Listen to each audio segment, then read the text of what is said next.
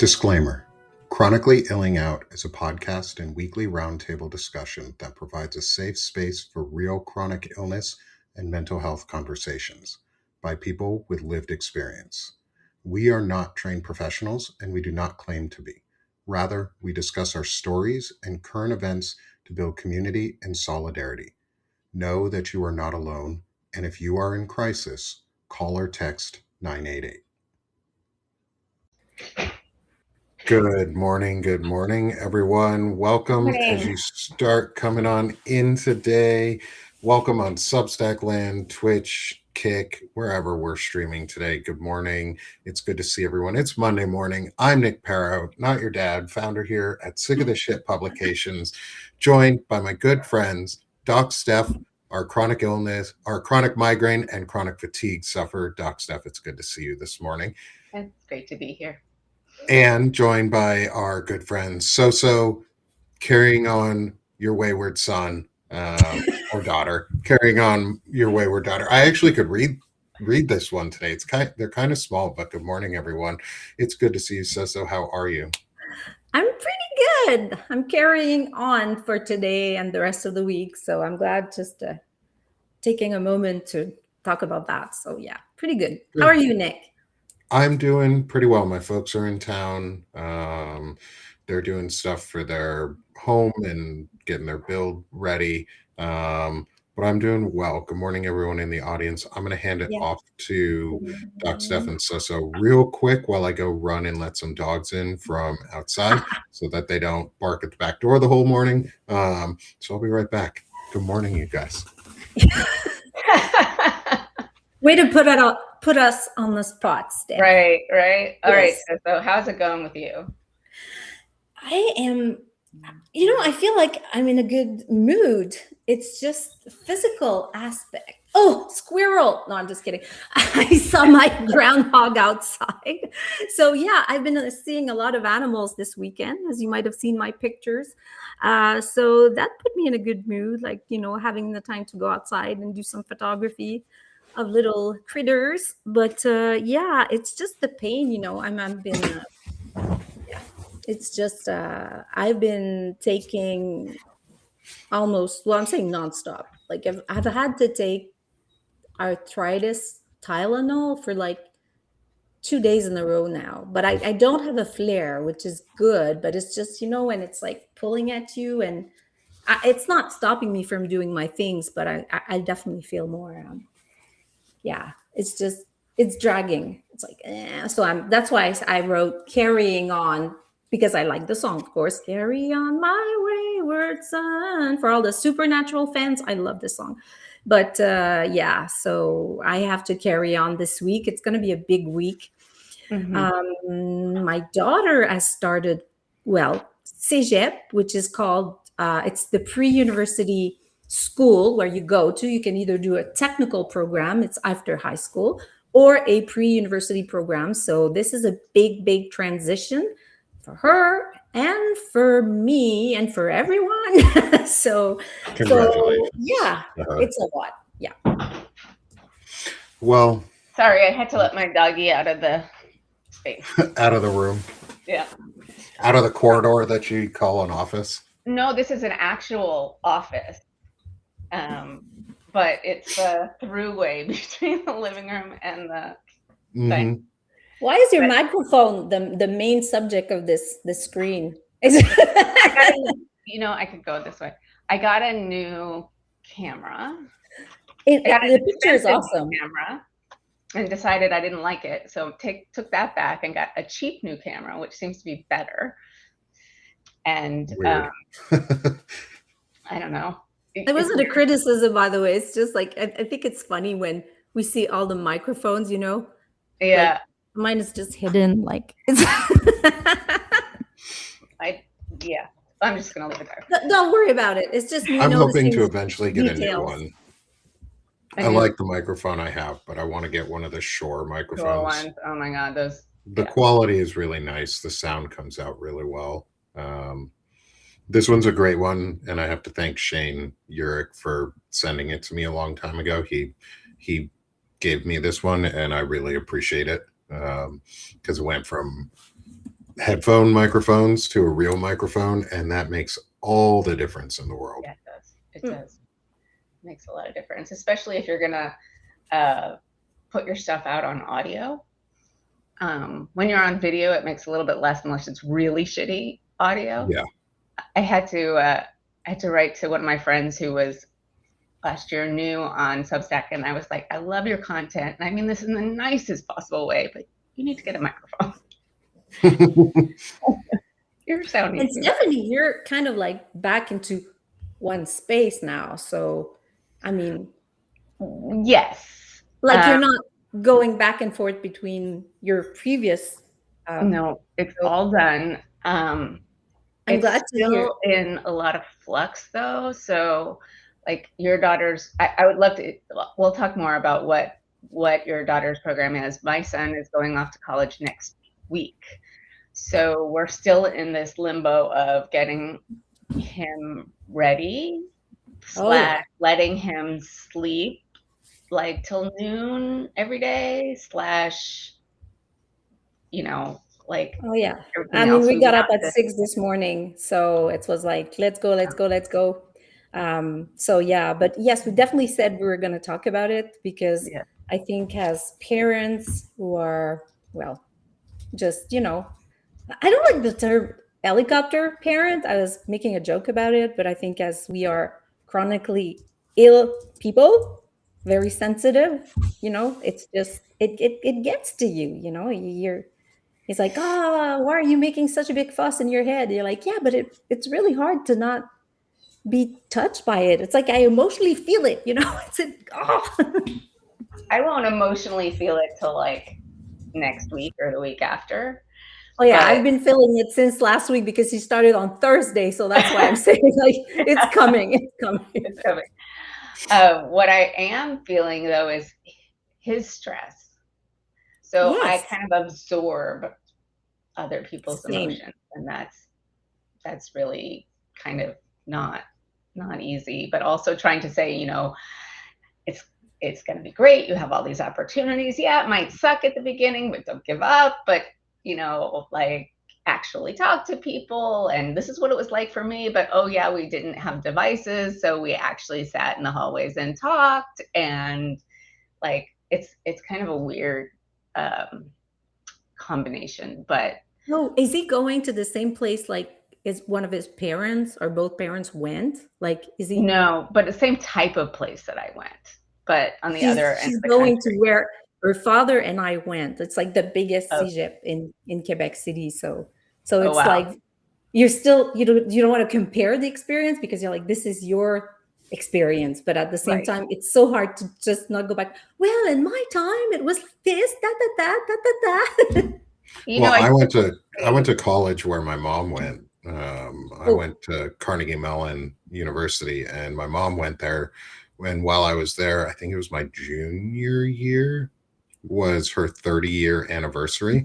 So her entire class came back, and I got to meet her sorority sisters and the fraternity that they used to hang out with.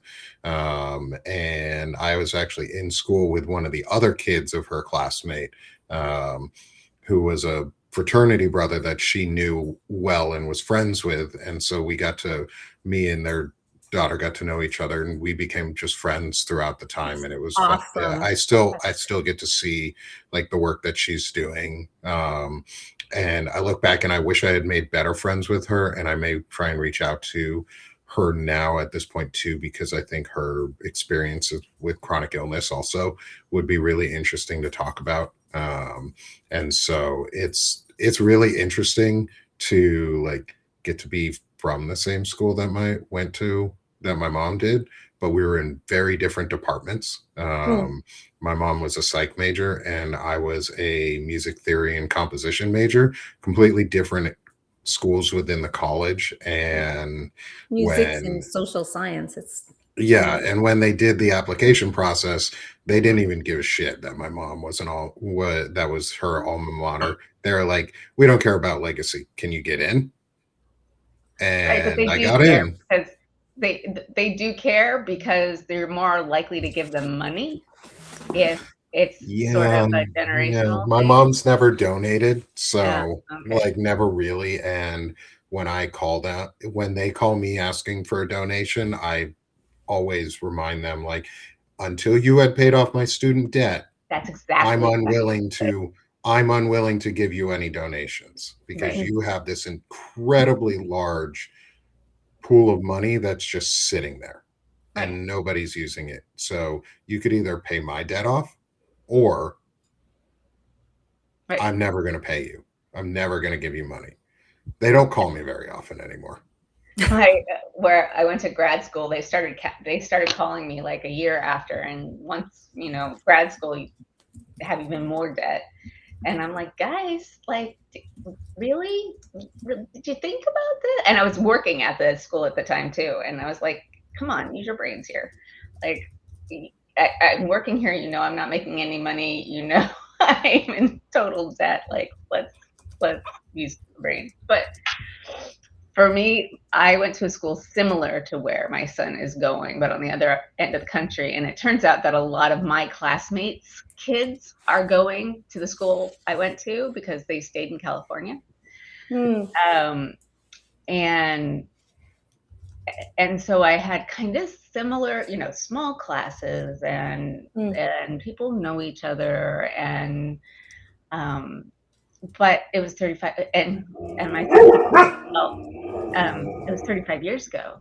I was like, yeah, but it was yesterday, and it's so similar, but it's also not. Like, there was nobody on their phones. There was Oh yeah. no phones. There was yeah. There's so no many things. email. There was no internet. So For us, we got to bond over the student carnival that happens. So Carnegie Mellon puts on a carnival for the community for the greater Pittsburgh area, and so people come and they get to see what are called buggy races, and buggy races are they build these single human size pod basically that you lay down in, and you're sort of sitting like this and you control with your hands and your feet, but you have to be a really tiny person to get in them. It's an engineering thing that they do to see how lightweight and strong they can make a device, and then they're pushed by people. You have to sprint, and so it always starts on a hill and you have to push it, and then they go down a hill and they go around a park and they're controlling it while it's going. But once you get to like flat spots, they'll go up a hill slightly, flat spot, and then a new pusher will grab it and push it. So it's almost like handing off a baton in a sprint. And it's a relay race of sorts. And so we got to bond over the fact that still happens. And they showed us pictures of the old buggies and stuff while they were there. You also build fraternities and sororities, and some of the groups on campus always build structures like 12, I think it's like a 16 or 20 foot by 20 foot structure that can be up to 2 stories tall, 2.5 stories tall. And inside them, we make games for kids. Like the programming students would make small video games for the kids, or it would be like carnival style games, but it was always on theme. And there was always a weird like mashup theme. So one of our favorite themes was we did it was Rome, but with robots. And so we had ours was a giant Roman Colosseum with a 15-foot tall handmade wooden Gundam warrior robot. Wow. Mech robot that we like laser cut so all creative. the pieces and then put them together. It's so cool to get to see and do. And that's what they did when my mom was there too. And so it was fun bonding over like the carnival building and seeing how it's grown since their time. Yeah, there's a sense of bonding. continuity in time, but with traditions, I mean. Yeah, it is nice to see, when things they are different, but when they are good too, I guess. Can I intercept and ask. Oh, sorry, Nick. Real quick, Clear Root, friends there was a quick question about like, do I still compose or write music? Is all of the intro music that we hear for the shows, that's all me. Those are pieces that I had composed while I was in college. I haven't written in a long time, but it is something that that I may be doing more when I get the chance. It's something I want to get back into, but I haven't done it in a while. Ooh. Okay, go back. Soso, like you were going to interject. I just mentioned that how many artists and people were so creative. And you said, Stephanie, in the chat that, a lot of people, maybe it's because of, it kind of, it went up. So, I said that there's something about the sensitivity that comes with, I don't know what's causal and what's coincidental, but our sensitivity to the world, I think, creates an artistic sensibility, and that's one of the ways that we can express ourselves when we're especially bombarded by. Have you ever heard of Dabrowski? Dabrowski, who was both a psychologist, psychiatrist, all of those, title back then, and he came back. I think he escaped from World War II, came to Quebec, ended up at McGill University, and he studied exceptionality and giftedness. And he spoke about one of his theories. It's all about the hyperexcitabilities, which are basically the hyperexcitabilities of the senses. Right. So if you guys want to look it up, it's super interesting. So then you'll see that there are different types of sensitivities, and if your body and the way you process information is very excitable, like it's more. Yeah, and it's really not about being lesser or better. Do you know what I mean? It's just like it's different. Like it's just more intense. More, some people will have a very good sense of smell. So, it can be like your senses. It can be intellectual, emotional. So it's super interesting. I'll try to make sure I write it correctly. Dabrowski. How do you spell that? There's a lot of stuff out there about twice exceptional people, and that's like neurodivergence plus something else, whether it's anxiety or giftedness or a whole bunch of other things, and it's really interesting to see how that all comes together. Well, especially when it talks to you, right? When you're like, that reminds me of someone. Yeah. So my kid sent me a reel about it yesterday. He's like, I think this is me. Yeah. Fair. What reel was it about? It was about ADHD and giftedness, and how the things about, starting project, you could be great at doing and finishing projects, but you can't start it to save your life, or you can do all of these intellectual things, but you can't manage to get yourself into the shower, and that kind of stuff. The things that don't logically go together, but do when you're kind of in this dopamine deficit or overload, and you got the hyperfixation and exactly. It's all connected, but it doesn't seem like it would be. Absolutely. There's also connections with ADHD and fibromyalgia. There's some really interesting studies. I went to a virtual conference, or I attended a virtual conference about it, where they went over some of the connections between the hypersensitivity and your executive function, and how those bleed over and cross over to each other. There's also a lot of study, and it's one of the things that I really enjoyed about music, and I want to brush myself back up on, was musicology, and the intersections between music music and Alzheimer's and studies of dementia and Alzheimer's with Oh, wow. music and how the use of music unlocks memories for people and helps patients with Alzheimer's or dementia reprocess their memories better and continue to maintain them. It's also why the Mozart effect for babies. When you play Mozart or similar types of music, there is pretty much any classical music where it's a lot of instrumentation and it's a lot of depending on who the composer is, there's a lot of emotion behind it. Or like, let's say Claude Debussy is a great example.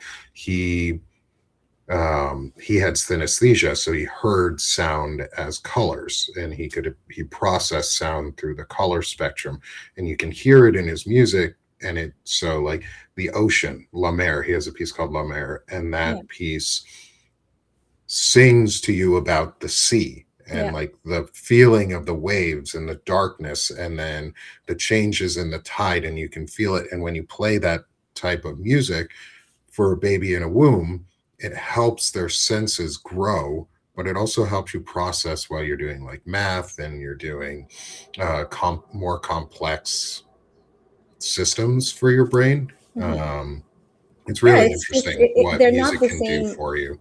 They're not the same region areas in your brain. I mean, they all interconnect, but you're right. You got to develop those different region. Yeah. So math processes are not in the same region at all than language. So, and I mean, this is far. I'm thinking of my neuropsychologist class where you learn all of that, like all the brain. And even then, it's probably all changed. But I mean, the Wernicke area is still the same, language and all of that. But yeah, I'm like thinking, okay, we're already like far off in different discussions, but you had mentioned, and I'm going off script here, Nick, we're on script. Never. When do we have a script here, Soso? What's the title of our show this week? We're talking about stressors. Managing stressors. Yeah, which could mean anything, anytime, anywhere. Well, I think talking about music, at least for me, talking about music is a great way to manage stressors. Like, yes. I use music depending on how I'm feeling emotionally to either purposely heighten the emotions that I'm feeling or to try and remove those emotions. And so, like, maybe let's talk about music for a couple minutes here. I'll ask you guys a question before. Well, I'll go off the rails while I'm asking you a question. Can I add one thing before you go off the rails? I want to talk about synesthesia and how many of us have synesthesia. And that kind of goes with the music thing, because we all have synesthesia in different ways. But how many of us in this community with chronic illnesses have synesthesia? Like our wires are crossed in interesting and just really fascinating ways and differently. Yeah, synesthesia is really interesting too, because it presents itself very differently depending on how you have it. And like, it's one of those things where we've talked about before is if you met one person with synesthesia, you've met one person with synesthesia. It's also a hard ass word to say. Yeah. So don't try it if you have a lisp, because there's a lot of S sounds in there. And it's obnoxious.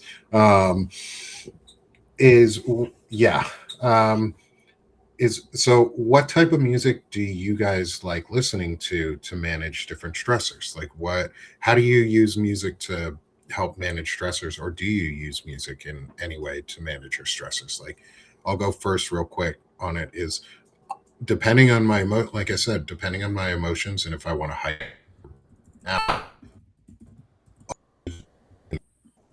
Oops.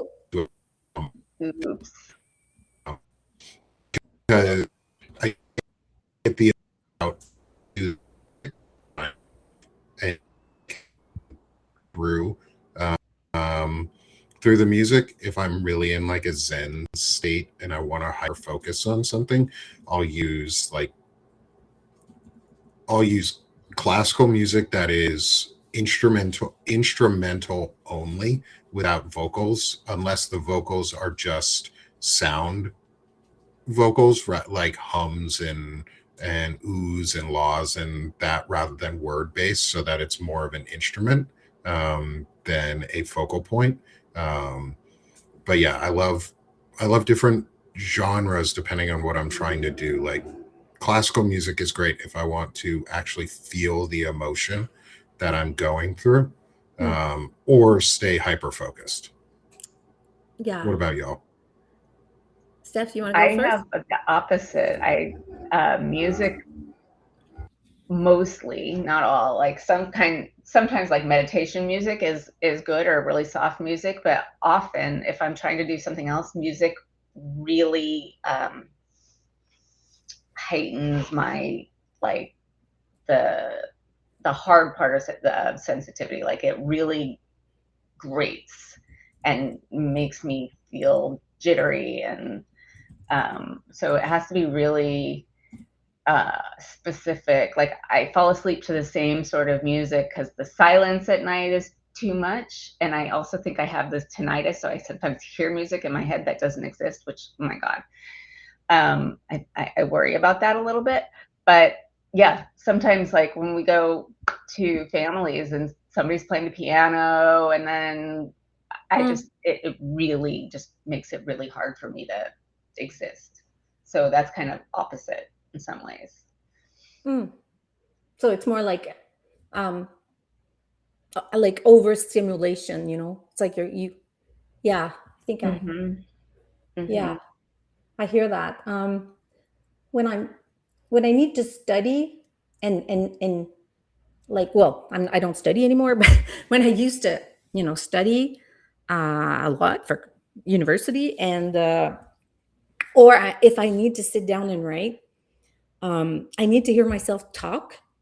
So I can't listen to any type of music, where I'll be like, I don't know, like there'll be like an earworm where I'm just gonna go singing the song in my head, and then it's just gonna absolutely defocus me, and I'm not gonna be able to Right. continue writing. So usually it's like either, like or very lyrical music, you just relax, whatever. But if I need to get going, like on a physical task, then I put on like music that's very lively, like the oldies, and then I sing super loud, and because I like singing too, if I'm driving in the car and I'm by myself, put on music super loud, practice my singing, hear myself, and I'm pretty lucky. Like it doesn't. It's like driving is really going well, so I don't. It doesn't. I'm able to focus on my song and hearing myself singing and the tone and all of that, but then I don't get distracted by outside of the. Do you know what I mean? It's like it flows or something. So we're really wired differently, eh? It's so interesting. Yeah. It's fun that we're wired differently on it. Yeah. I said before what I actually think about it. Like when I had to do a lot of writing or studying, I had to put music on that I knew very well. So I didn't focus on the music. It was just like there as something that was familiar, but not anything that I needed to pay attention to because I already knew what was there. I don't know. It's very strange. No, I get that. Um, Listening to specific pieces that you know really well, you let them sink into the background rather than them being the focal of your listening point. That's why I don't like, that's why whenever I try and do focus music, I never do music with vocals, because I will want to sing the vocals if I know them well enough. So same, And if you need to like you use language in what you're doing in your task, it's like, yeah, and I've sometimes will get into the like part of it where I'll, instead of singing, if I'm in the middle of like typing something down, I'll accidentally type what I'm hearing, and then I'm like, okay, I can't do that. I cannot do that. I can't have the vocals going Like electronica tends to be pretty good if you need to have it, like if you're like super hyper, at least for me when I was super hyper focused for writing code. Oh yes. Electronic, like an EDM beat, but one that's gentle. Like I'm not trying to like drop a heavy piece of bass in the middle of writing a like I don't need to start a rave while I'm writing code, but like it gets you into that zone where if it's gentle and you're just getting some good vibe going while you're doing it makes it, in my mind, easier. What about But I poetry, also Nick? like classical because I used to write classical music, so I like the classical ideas. But when you write poetry, because I mean, when you started on Substack, you've posted a lot of poetry. Mhm. So, and if poetry is very, I mean, it uses your language skills, your linguistic skills, then what kind of music could you listen to when you're doing poetry? That's a Again, great it question. really depends, like because poetry is also very musical, or you can make it really musical. Um, I focused on the beat patterns a lot, and how to Mm, make it's the true. music, like bring out the musicality of when you speak it. Mhm. Because rapping, like let's take rap. Rap is poetry with a beat. And so I think of Yeah, it that's in true. that way from the music side is like if I were to put this to a if I were to write this, is it singable? And because I was a vocalist when I trained, I did voice training for all of college and a couple years in high school, and so I was in the select choir while I was at college, so I got a lot of experience singing with voice majors and working with the voice majors that were at my school and learning how to align the beats properly, even if it seems offbeat at a point. Like, is it musically sound? And for me, that's where I drove my poetry from. It was all Mm. on the music side.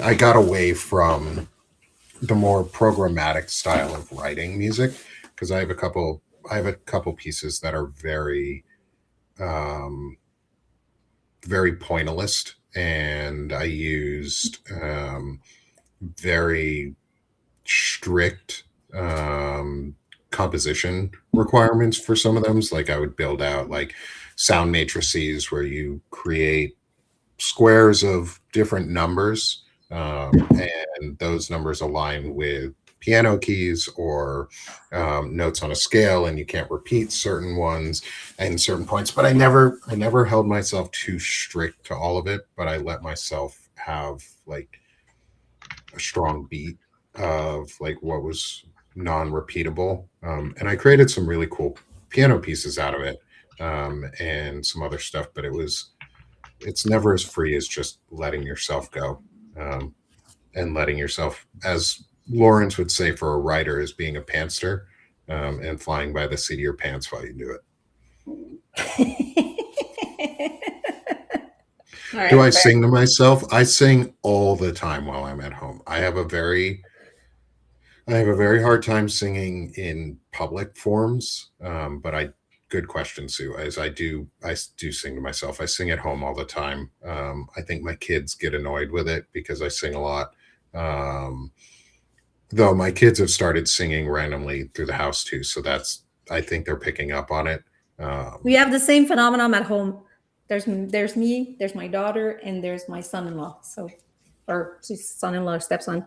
So they're all like singing na na na na na, and then but it's fun. Karaoke nights are great at home. So it's just we haven't done it so long. We need to do one.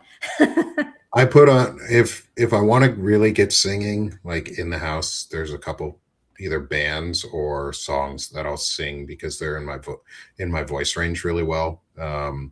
Is my wife loves the song Evermore from the Beauty and the Beast soundtrack, Oh and yes. Dan Phillips and I have a very similar vocal range, and so I can sing that really well. And it's a very operatic style song in the middle of the movie. But if I really want to get going, I'll sing. I'll put on Dispatch. They're a band from Vermont They're a folk rock band that originated in Vermont, and they're really great. Or Coheed and Cambria. And I don't really match his vocal range, but I can take it down an octave, and I sing along. And there's an 8.5 minute long song that they have, part of one of their rock operas that I really enjoy. So Are you I a sing bass? a lot. Bass? It's what? I'm a Bass? baritone. Baritone. Okay. So I'm mid-range for male voice. There's basso and bass. Bassos are very deep basses. I'm between a bass and a tenor, so I can hit some of the mid-range tenor notes, but get me too high and you lose me. Get me too low and you lose me. But yeah, Queen is great for getting people going. And We someone is or asking, like Red Hot is Chili asking, do you Peppers like and stuff like that. musicals? Do I Do you- like musicals? Yeah. Yes, I Do love you have musicals. a favorite? It's Clearroot who's asking. Yeah. I always enjoyed Phantom of the Opera. Oh gosh, that's because what got me into singing at I have 15 years old. I have the vocal range for the Phantom. Like he was in my range for the most part. Amazing. And one of the first songs that I sang for like a voice recital was Music of the Night. I love that song. Nick, this is why you're my friend. I mean, that's what got me singing at 15 years old. And I'm a French Canadian, okay, who doesn't speak English. Well, I was learning it at the time. And of course, Phantom of the Opera is 1987, the original cast, Michael Crawford and Sarah Brightman, right? This was all, I guess, in London. Michael Crawford was one of my favorite singers back then. I mean, I followed him in the 90s and all of that. But Phantom of the Opera really got us, I found, interested into not just, I mean, it's not, I think it's like, and Les Mis, the original, musicals were not that big, I think, before Andrew Lloyd Webber. I'm not saying he invented the genre there, but so. He kicked it up a notch Oh, for in sure. a lot of ways. So I also really like West Side Story. I'd love to hear you sing it. Music of the night. Na, na, na, na. I also really like West Side Story. And that one's always fun. We performed an 8-minute condensed version in college. We had Wow. While we were when I was in college, one of the things the fraternities and sororities did was we put on a musical presentation. Everybody had to condense a musical. You got paired up between one fraternity, one sorority, you paired up, and you put together a full musical in 8 minutes. Scenes, people, That's costumes, amazing. Everything. So we did West Side Story one of the years in 8 minutes, and it is ridiculous. But it's so much fun because the whole point of it was we raised money for the children's hospitals. That's good. And I think the largest sum that we raised as a group between all the fraternities and sororities for the school was, I think we raised like $20,000 one year. Wow. Just for that event, just in ticket sales and donations while we were there. And so we did that every year. We did West Side Story.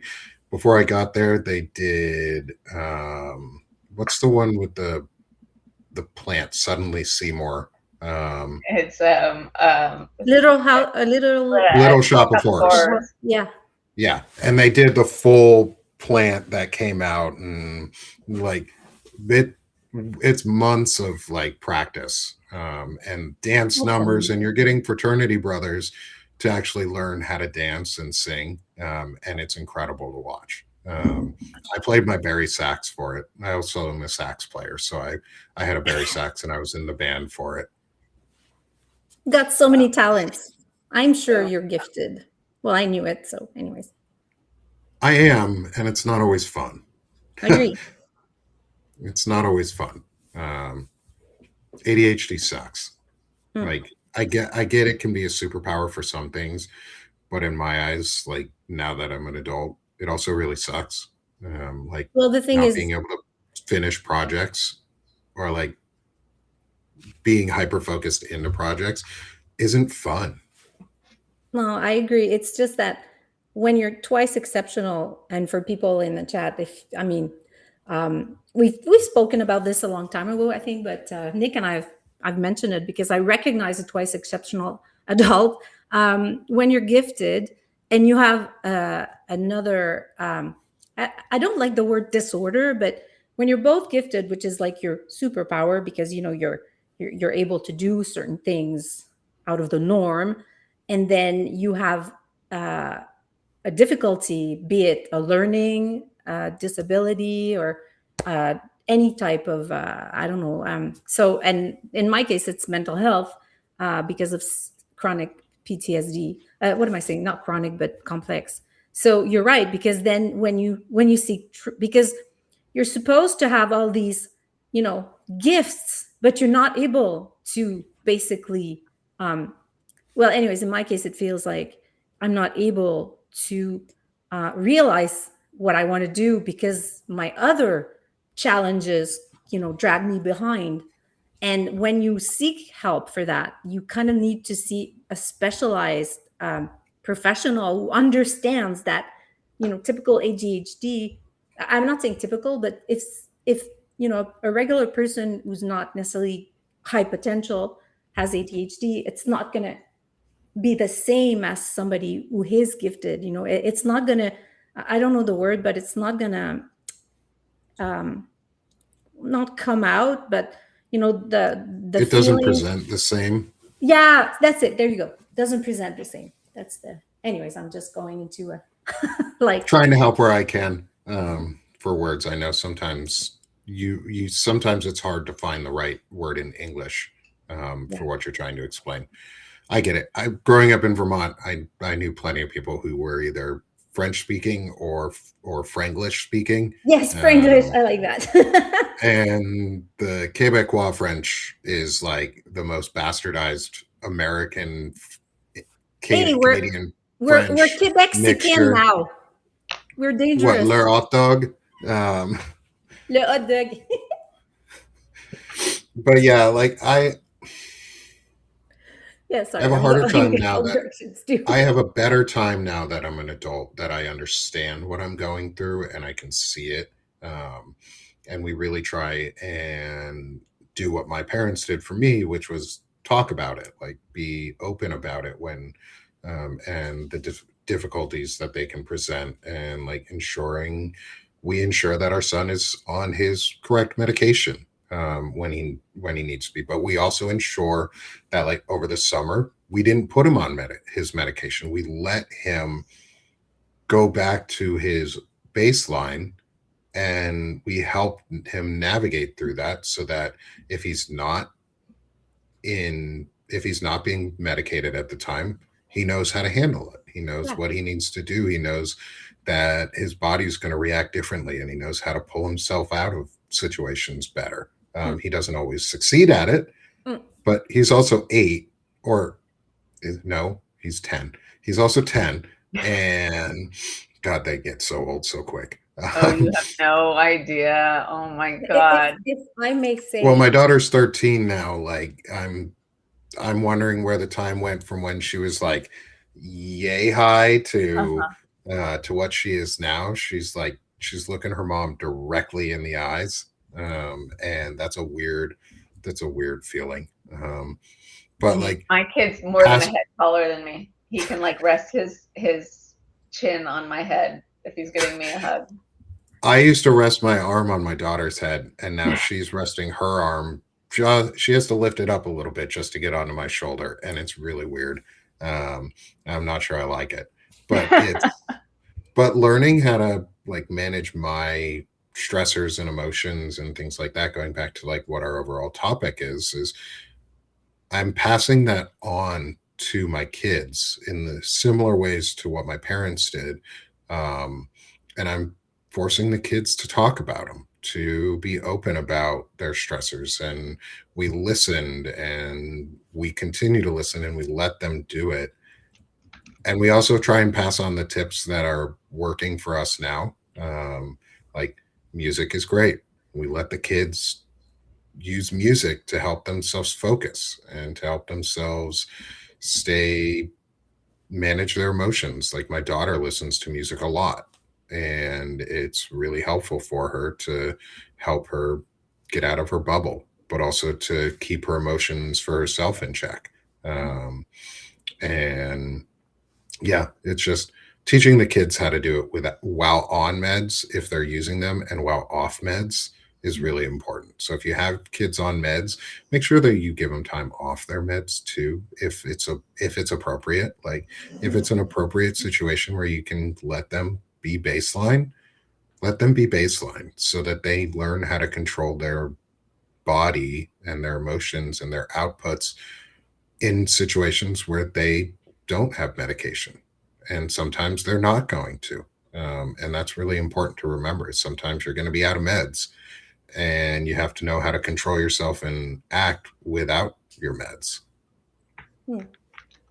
So managing stressors, getting back to our baseline here, is learn how to talk to, if you got kids, talk to them, tell them about it. And then let them experience it too. And But try sometimes they not to don't get want to talk, upset. Nick. Yeah, sometimes they don't want to talk. My daughter doesn't ever want to talk. I'm laughing She's because so teenager. this Like, morning it was like that. It was like, I'm telling you, I was in the car driving my daughter to the cégep, and I was like, I'm awake since 6 o'clock, and she's like, like, and I'm like, She's like, can't you just don't talk, like, don't talk to me, like, I'm just trying to like be. And I'm like, I had this image of me going to cégep and my mom driving me, and I would tell her to leave me alone and let me work. So yeah, it has to be the right moment too. We're not always feeling the same emotions at the same time with our kids, so you have to also be it's not just respectful but aware of, maybe it's not the right time to talk to them. But I agree, you have to talk to them for sure. It's just always finding the right time. And sometimes you're really tired. They come at night, they're like, yeah, guess what, and you're like, it's 8:30. I'm like, yeah. It's like you're not on the same schedule at all. No, So but I have had to, like, bedtime is like the time when I think a lot of their defenses are down, so they'll talk more. And so, like, having a bedtime routine, it was only this last year that my son decided that I didn't essentially need to put him to bed. And because that was the time to talk, and that was the time to, like, and even though I was exhausted, I'd fake it, not fake it, but like I'd really get up for it because that was like the key time. I did it until a few years into high school, but after a time, she just wanted to, like, it was different. Like, she was like, started talking to her friends, and it's like, it's that. So, but whenever she was in primary school, it was always every night. It was that. So, oh my gosh, it goes so fast. Goes by so fast. yeah, it does. I still remember my daughter starting kindergarten and how little they were when COVID happened, and where we are now. We haven't gotten to, I'm reading some of what Ashley is saying in the chat, and I feel for you. Is I'm so glad we haven't gotten to that stage. And I hope we don't ever get to the stage of where the emotions come out we have, our son occasionally blows up in that way. Of the, like, I hate you, I don't want you around me, like, you're being so mean. And it always comes back to, like, one, was I being part of the problem? Was I throwing a partial adult temper tantrum while a situation was happening when I should have been more in control? And two, was it a time when when the situation, he just lost control and needs guidance on it? And try and take myself out of the picture as best I can, so it's not about me. but how can I like help him or my daughter grow through those? And it's really tough. It's really tough It to is. be able to get through that. Um, But at I the don't same have time, any. if I may, the thing is, Mhm. if your son knows that you're an adult who has struggled and at times are still struggling with certain things because of the same condition, whatever we want to call it, way of being, then you can also teach him the tricks that worked for you. Like the tools that you learned. Versus if, let's say, another dad who wouldn't have had that experience himself might be like like totally lost, and you can use the tools you've learned to help him. So It's the rough part is when your kid goes, but I'm not you. Those aren't of going to work course. for me. Yeah. It's the, it's just, for me, it's the refusal when they refuse to even try the tool that I'm Mm. offering. Like, it's like we're trying to teach stimming for the kids because when Stimets, you're what's in that? school, stimming like moving your hands and stuff in patterns or Oh, um, trying to self-regulate through smaller movements of your body rather than letting your body flail in large ways. yeah. Um, because socially, it is unacceptable. And let's say in a school, you'll get in trouble for it. Fidget Socially, like it's this. unacceptable to fidget in a way that is disruptive to everybody in your class. Yeah. And we always frame it around that is like, how is it be in certain situations is like we're teaching our kids how to stim gently for themselves to help reduce the need to fidget quite so large, Yeah. because in certain situations it's not appropriate. It's not it's not conducive to good learning for yourself and for those around you in a school if you're fidgeting in a way that is really disruptive. So we're trying to teach those like the little finger tricks and like rubbing your fingertips together in different swirling patterns or like your ears and doing the woo-saw and like just something gentle and soft. And it's always the like, I don't want to do that. That doesn't work. But it's like you're not even trying. Like So you what haven't about even if tried to you were to actually ask use the them? tool. What if you were to ask them, well, okay, you don't want to do this. So can you, is there another thing you'd like to do with your body that you think would make sense for you to do with your body that could achieve the same goal, for example? We've tried. It's hard when they're in the moment when you're Yeah. actually trying to get them to use the tool Yeah. because they don't want to think about, or they're in a state where they can't think about other things and they're just stuck in an emotional moment. For And sure. Yeah.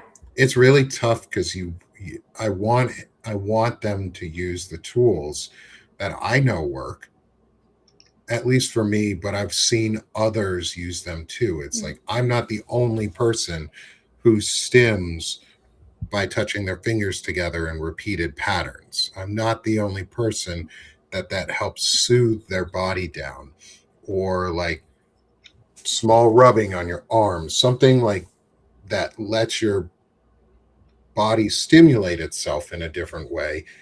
I'm like, I'm not the only one in it, but it's so focused on the like, I'm not you, it's not going to work. My brain is stuck in this one moment. And then trying to remember as an adult who also has emotional dysregulation and executive function disorders that I can't get into the same pattern that he's doing or she's doing Yeah. and emulate it. Like, I can't do that because then it makes the situation worse. Mhm. But it's hard to remember not to do that when you're in the moment too. For sure. Um, And also, and Emotions so it's run that high. really interesting balance. right. One thing to keep in mind, Nick, is that you don't know what they are taking in and will pull out later. You Mhm. know, sometimes like it's frustrating in the moment because they won't listen or they won't try it or they won't breathe or they won't, but then like a couple years later, like something will happen and they'll be like, oh yeah, this is how I do it. And you know that it was part of the conversation that they were incredibly resistant to in the moment, but then they kind of tuck it away for later. Yeah. And Rose, you're exactly right. It's good to teach those things when in a regulated state, Mhm. and that way you can use it when you're in an unregulated state. And yeah, it's very interesting to teach those stress relief tools and those emotional management tools. And we do practice them when they're in regulated states. It's very interesting to see when they, because you see it in yourself too. Like I reflect a lot of like, oh, I know I used to do it that way, or I still do it this way sometimes because my son and I have a lot of similarities, and I don't think he likes that comparison. Mm. He's so cute. He is. He's Oh, very cute. He was so funny this weekend. He said something. He has the most like on point witty humor when he's not trying too hard, when he's just being him. yeah. And I'll say this one just because it was really funny. Was we were over at my in-laws' house this weekend, yesterday for my father-in-law's birthday, and one of my brother-in-law's friends was there. He's a good friend. He's someone I've met quite a few times. They're actually, I think he's his cousin. I don't remember all the family relations of my in-laws and my and all of that. However,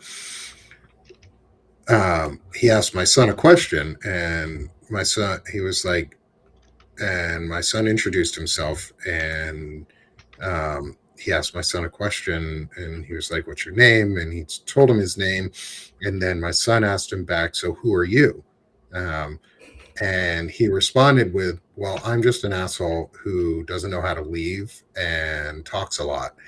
And my son's first response was, "Yeah, that looks like you." And, No. No and filter. it was just right off the cuff. He was like, "Yeah, that sounds right." And everybody laughed. And it was perfect because he wasn't trying hard. And that's what we try and keep telling him.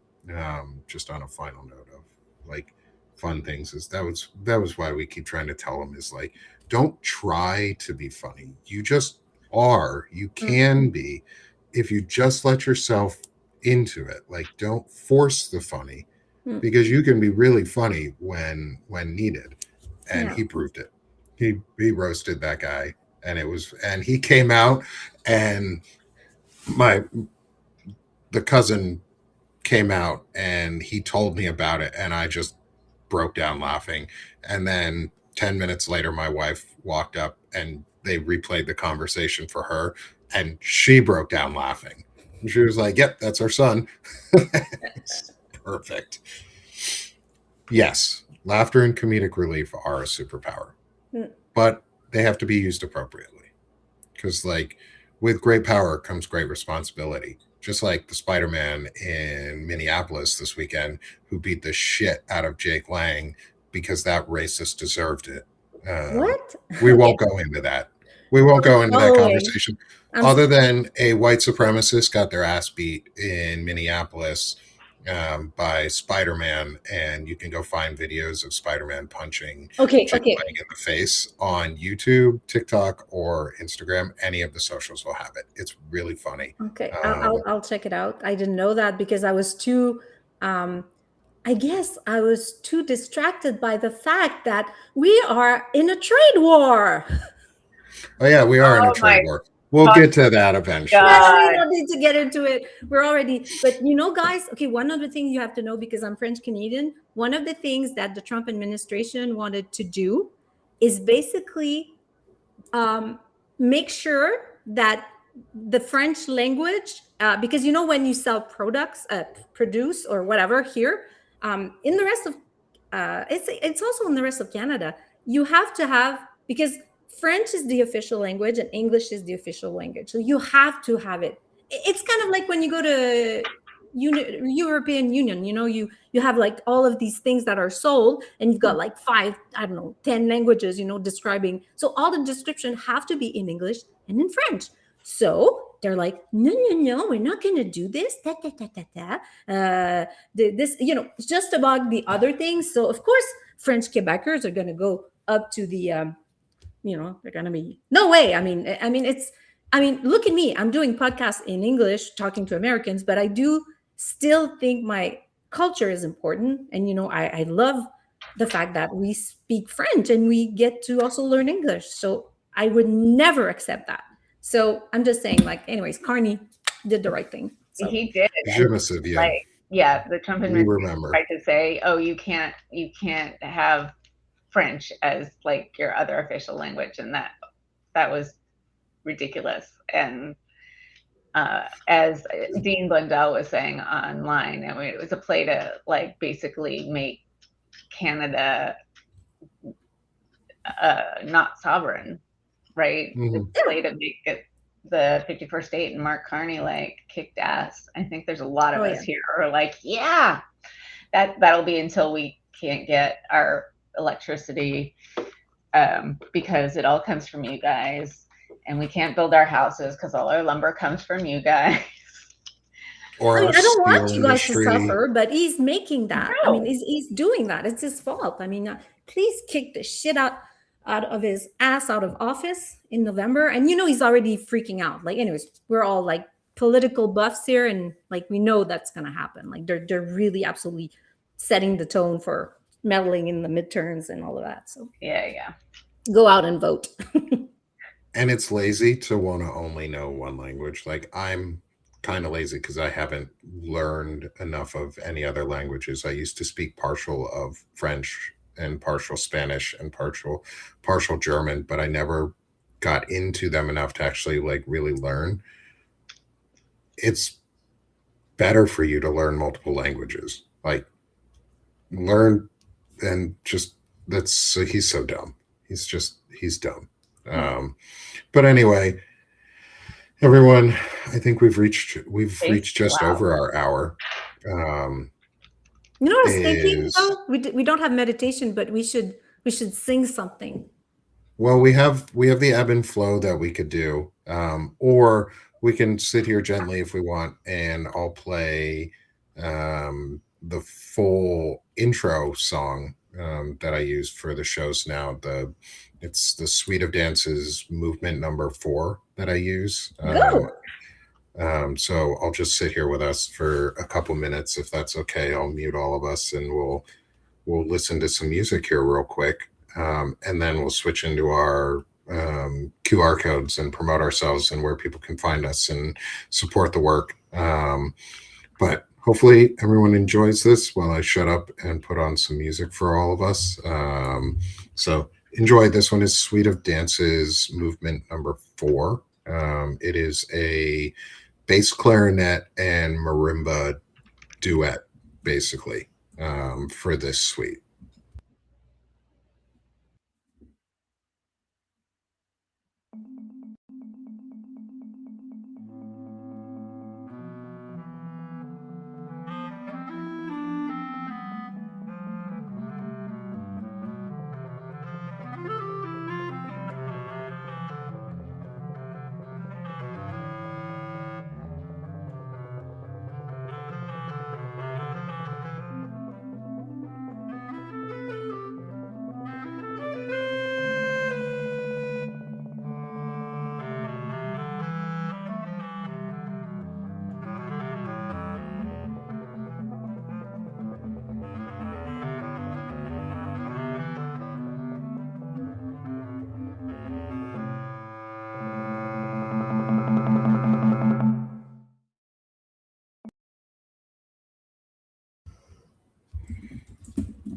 And there we go.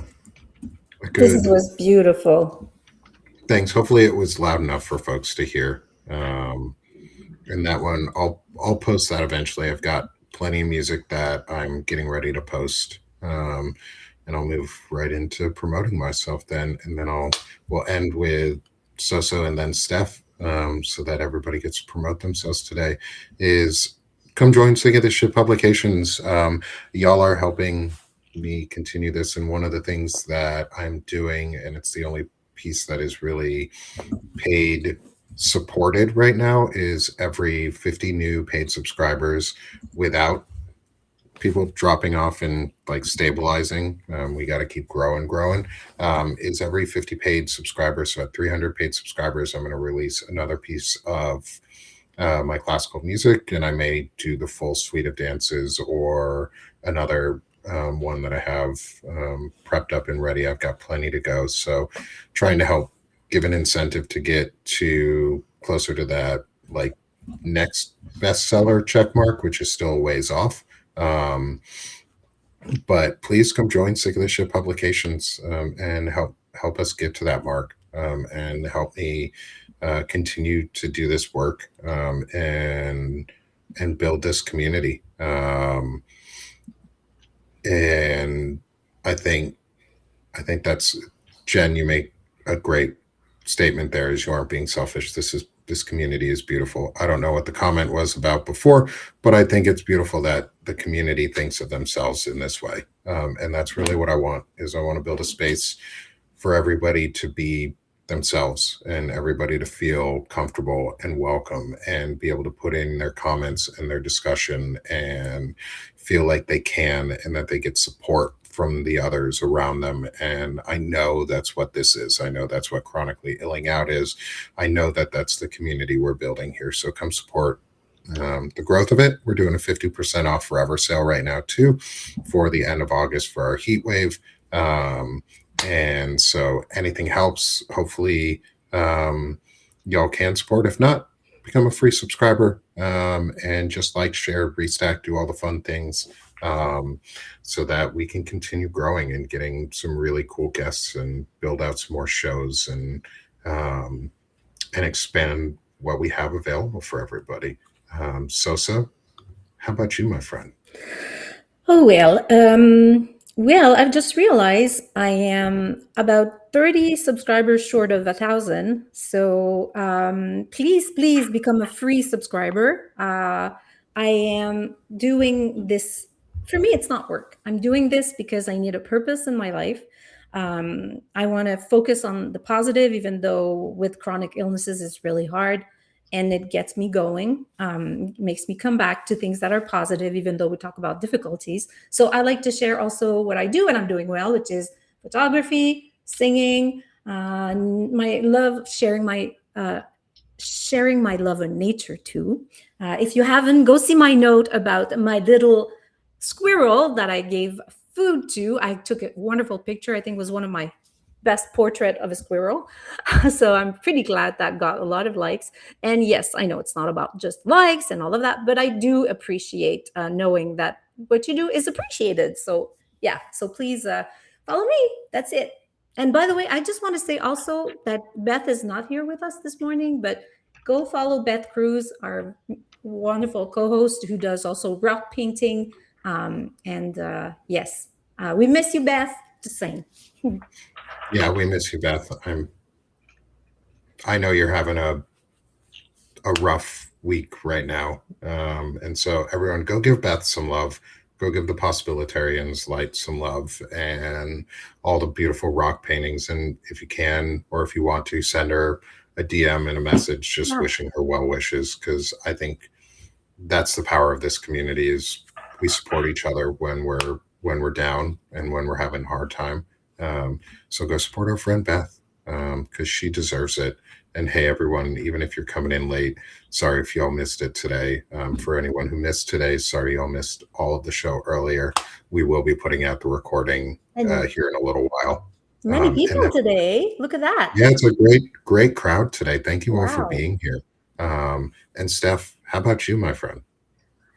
So my Freedom Over Fascism sabbatical is almost over. I'm going to start new conversations after I take kiddo to college.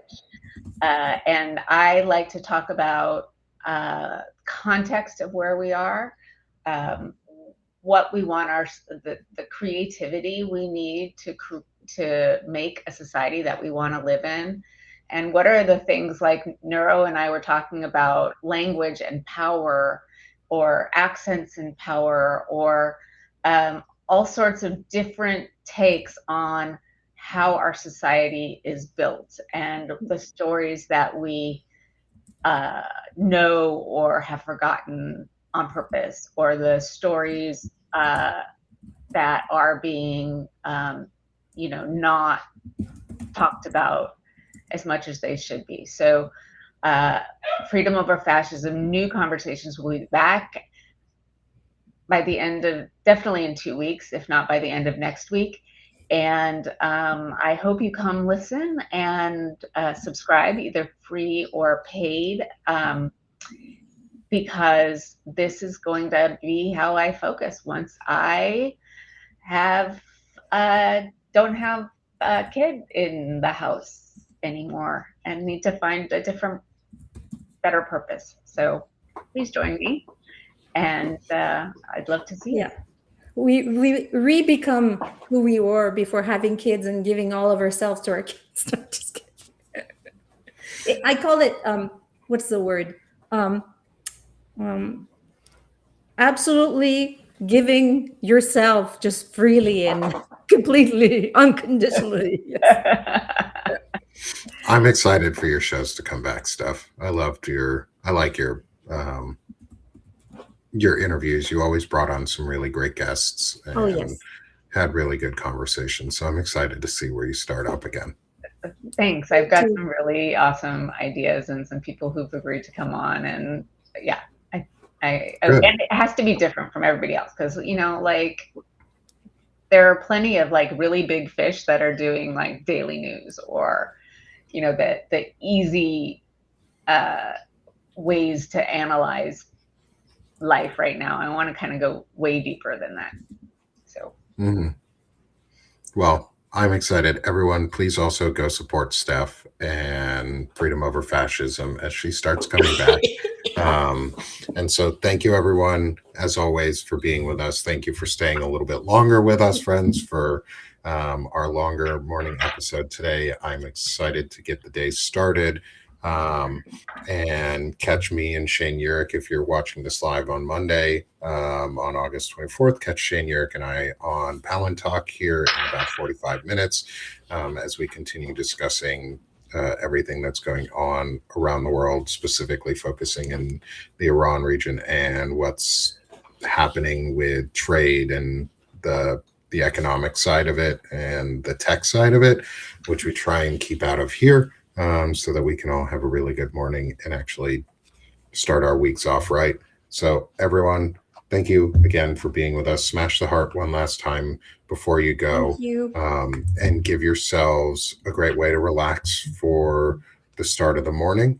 And like we always say at the end of all of our shows, is we're done being sick of this shit here. So now we're doing this shit. Go have a great week, everybody. We'll see you next Monday. Bye. Bye-bye.